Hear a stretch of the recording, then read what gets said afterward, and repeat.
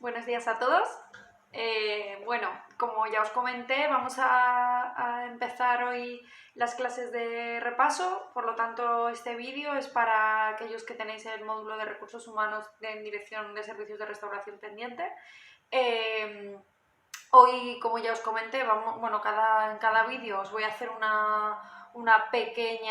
pequeño repaso del tema. Lógicamente son repasos porque las clases ya las hemos hecho y me voy a extender mucho menos. Lo que sí que os voy a detallar un poco es lo más relevante que tenéis que repasar para cada uno de los temas. A los que os queden las tareas pendientes, aprovechad para en cada uno de los temas que tenemos normalmente propuse alguna actividad, una o más de una. Entonces os recomiendo que aprovechéis la semana que hago el repaso para estudiar el tema y hacer las actividades. Os va a servir para comprender mucho mejor el tema y para repasar, ya que la mayoría de las actividades ya sabéis que luego entran en el examen final. Entonces, de cada uno de los temas que hemos ido haciendo, hemos establecido actividades que luego os pregunto, ¿vale? Entonces, bueno, estamos en el primero de los temas. Ya sabéis que el tema de recursos humanos que hemos estudiado tiene como una progresión. Empezábamos con la primera parte, que es un poco de conceptos básicos generales y de evolución de los recursos humanos, y a partir de ahí pues va un poco en progresión. En este primer tema, que es una introducción a los recursos humanos, pues hace referencia en la introducción a unos conceptos básicos en la gestión un poco de los recursos humanos y lo que es, y lo que se trata un poco de la figura de los recursos humanos, y ya entramos en la evolución de los recursos humanos. Es importante que sepáis para las preguntas de tipo test que existían esos tres precursores un poco de los recursos humanos, que serían Taylor, Fayol y Mayo, que son esas tres personas que a lo largo de los años fueron un poco avanzando en esa gestión de los recursos humanos. Hasta las primeras fábricas en las que se empezó a atribuir un poco una función a cada uno de los trabajadores, que eran un poco los primeros estudios que realizó Frederick Taylor, que si os acordáis en los vídeos que vemos en clase, con esa repetición de las tareas, ¿no? De aquella película de Charles Chaplin, en la que pues, era un movimiento repetitivo, en el que el trabajador repetía siempre lo mismo. Es cuando se empezó a estudiar un poco esa forma de hacer las cosas y esa forma de tener en cuenta un poco al trabajador. Ya posteriormente fue cuando aparecieron los primeros estudios de Fayol, en el que se pensó que más que atribuir una única tarea a un trabajador mecánica, se podía distribuir un poco por funciones o por departamentos.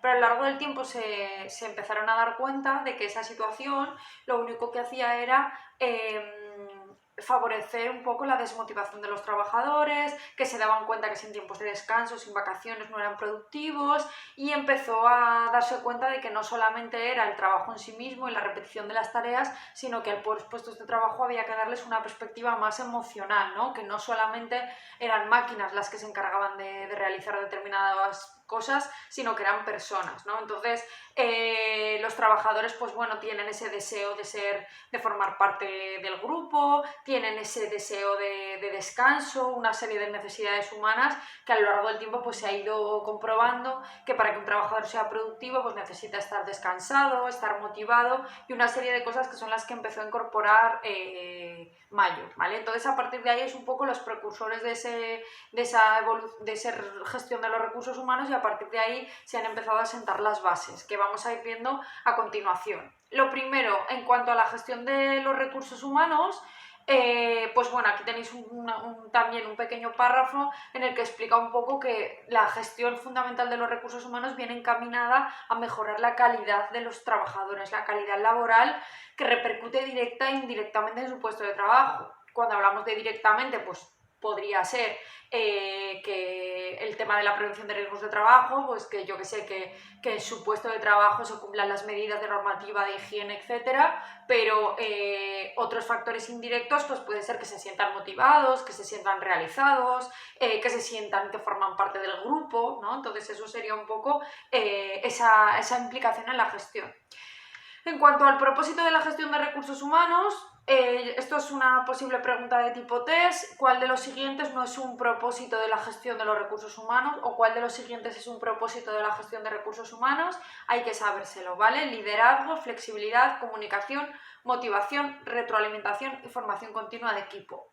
Si desarrollamos un poco cada uno de ellos, pues ¿qué tiene que tener una persona de recursos humanos? Pues lógicamente liderazgo, que dirija un equipo de trabajadores, que sea flexible, que sea comunicativo, que haya retroalimentación, que esto es el famoso feedback que se utiliza ahora, ¿no? Pero es eso, traducido es la retroalimentación, es decir, que haya satisfacción de los trabajadores pues porque se sientan valorados y porque se pongan en contacto con ellos y pues eso, se valore ese componente humano.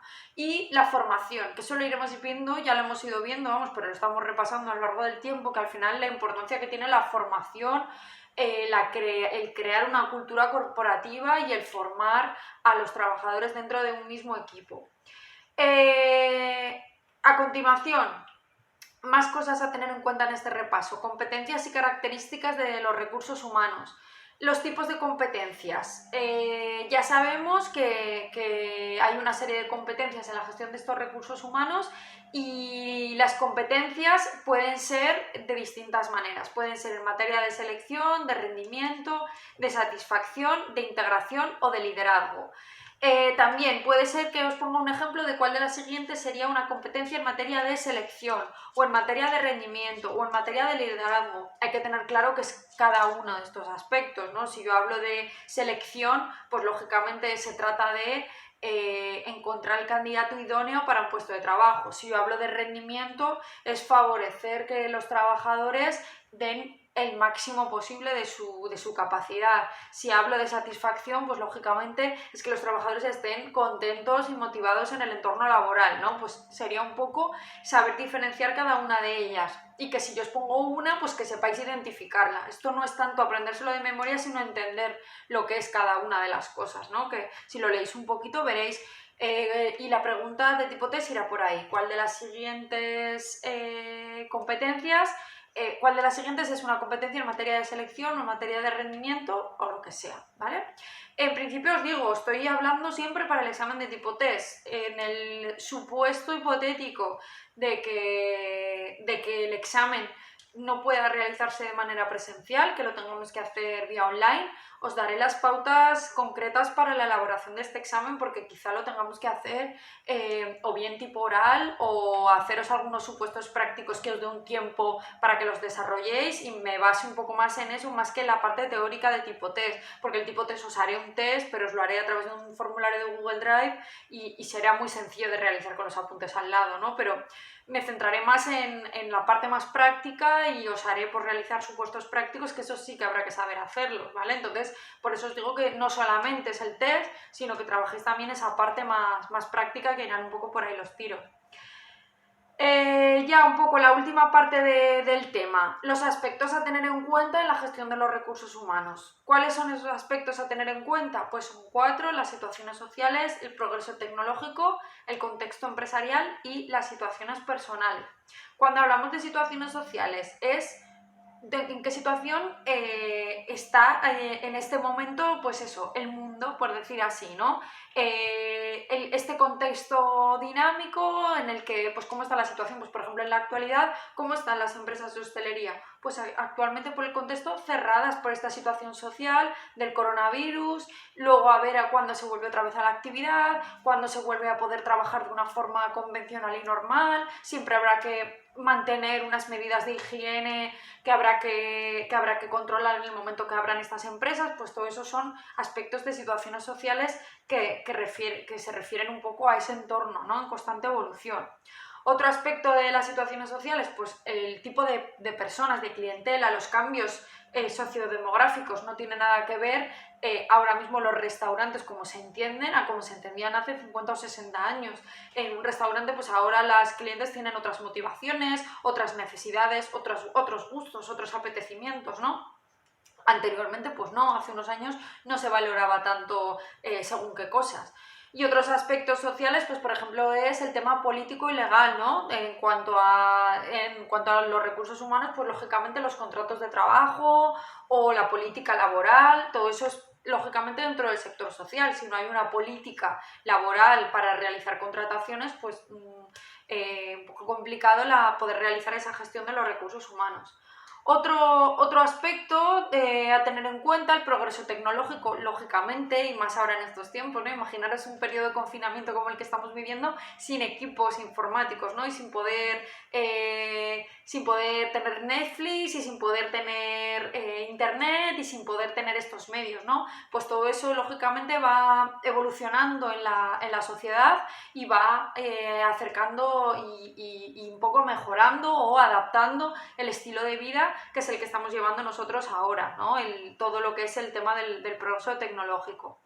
Más cosas, pues el contexto empresarial viene un poco ligado a lo que hemos visto antes de las situaciones sociales. Este contexto empresarial son una serie de aspectos que se tienen en cuenta no solo en la propia empresa, es decir, no es lo mismo la gestión de recursos humanos en un bar que está el propietario y un camarero y un cocinero, que el contexto empresarial en una super cadena de restaurantes que tiene establecimientos en todo el mundo y que tiene una estructura orgánica jerarquizada con directivos, con responsables, con encargados, con de todo, ¿vale? Pues lógicamente ahí el contexto va a ser distinto. Ese sería el contexto interno, y el contexto externo, pues lógicamente lo que hemos hablado, la situación en la que se encuentran el resto de empresas. Igual yo puedo decir, mira, pues yo es que tengo una cocina, una de alta cocina, y quiero dar un menú degustación de 300 euros y a lo mejor estoy yo qué sé, por decir, en Cadrete. Pues a lo mejor puedo realizarlo, pero tengo que realizar una campaña de marketing o de promoción para que la gente venga de propio a Cadrete a experimentar la experiencia culinaria que yo le ofrezco, porque tengo esas posibilidades. Pero a lo mejor lo que yo quiero ofertar pues me es más propio hacerlo en un sitio que tenga más publicidad, o que haya más personas que puedan venir, o que sea más turístico. Pues lógicamente eso es un contexto empresarial externo. Y por último, en cuanto a las situaciones personales, que para diferenciarlas de las sociales, las personales es en los recursos humanos las que hacen referencia a los trabajadores que forman parte de la empresa. Es decir, en cada trabajador, no tanto el contexto social, sino a nivel de cada una de las personas. Pues lógicamente, en cuanto a las relaciones que hay entre el jefe y los subordinados, el jefe y los trabajadores, solo veremos en las unidades 5 y 6, pero no deja de ser esa relación que hay, ¿no? Muchas veces jefe y trabajadores. Si los trabajadores se sienten que forman parte de la empresa, si se les da voz y voto, si se tienen en cuenta sus decisiones, etc. Si los trabajadores están motivados, también, que lo iremos viendo a lo largo del tiempo. Si hay calidad de vida laboral, es decir, si se puede conciliar la vida personal con la vida laboral. Si hay una buena política retributiva, política de vacaciones, ¿no? Todo lo que afecta directamente a nivel personal al trabajador. Lo mismo, planes de formación, que también, como os he comentado, los veremos, ya los repasaremos, ya los hemos visto, pero los repasaremos, que están en la unidad 5, pues que si un trabajador tiene esas posibilidades de formarse dentro de la empresa. Y lo mismo, pues tipos de empresas según cómo están vinculadas las personas, pues si hay una buena planificación, que eso es la unidad 3, que también lo repasaremos, es decir, que haya el número de personas adecuada para cada uno de los puestos y cada uno de los horarios. Eso en cuanto a esos aspectos fundamentales, y con esto terminamos la parte final del tema 1, misión, visión y valores. Esto, importante que se sepa, ¿vale? Porque también es algo importante en cada empresa, que se conozca la misión, visión y valores. Y de hecho, en el proyecto de fin de ciclo, los que estáis haciendo el proyecto, lo estáis teniendo que trabajar, y se trabaja a nivel transversal en distintos módulos. Entonces, ¿cuál es la misión de la empresa? Explica, pues eso, su razón de ser, lo que es, ¿vale? La misión pues define un poco lo que es el negocio a nivel general.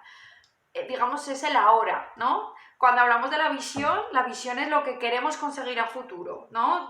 Si posicionarnos en un mercado extranjero, si conseguir ser el número 1 en TripAdvisor, esa sería la visión, ¿vale? Para eso diferenciar un poco las dos cosas. Misión es el hoy y la visión sería el mañana.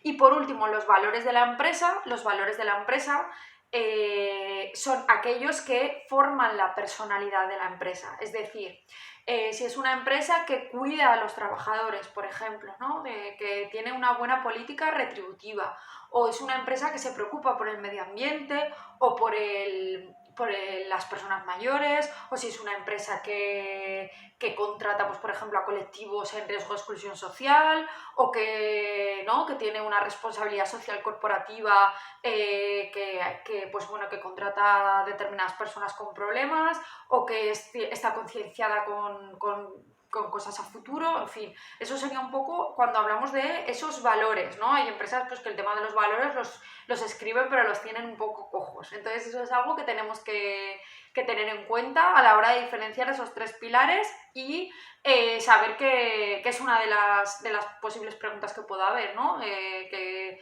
os haga diferenciar misión, visión y valores, y si es un trabajo práctico, pues lo mismo. Entonces, este es el tema 1, este es un poco el repaso, ya lo veis que todo cae un poco de cajón, que si yo me lo leo, me lo repaso, me lo reviso, no tiene mayor problema, lo único así más farragoso igual es lo de la evolución de los recursos humanos, pero si se entiende también esa progresión, un poco hasta alcanzar el estado emocional de los trabajadores, yo creo que se entiende bastante bien. Como sabéis, cualquier duda, cualquier pregunta, cualquier cuestión, estoy a vuestra disposición, y los horarios de tutoría en principio son los jueves, pero si me queréis mandar algún correo y puedo contestaros, pues estaré encantada de hacerlo, ¿vale? Un saludo, que vaya muy bien, hasta la semana que viene.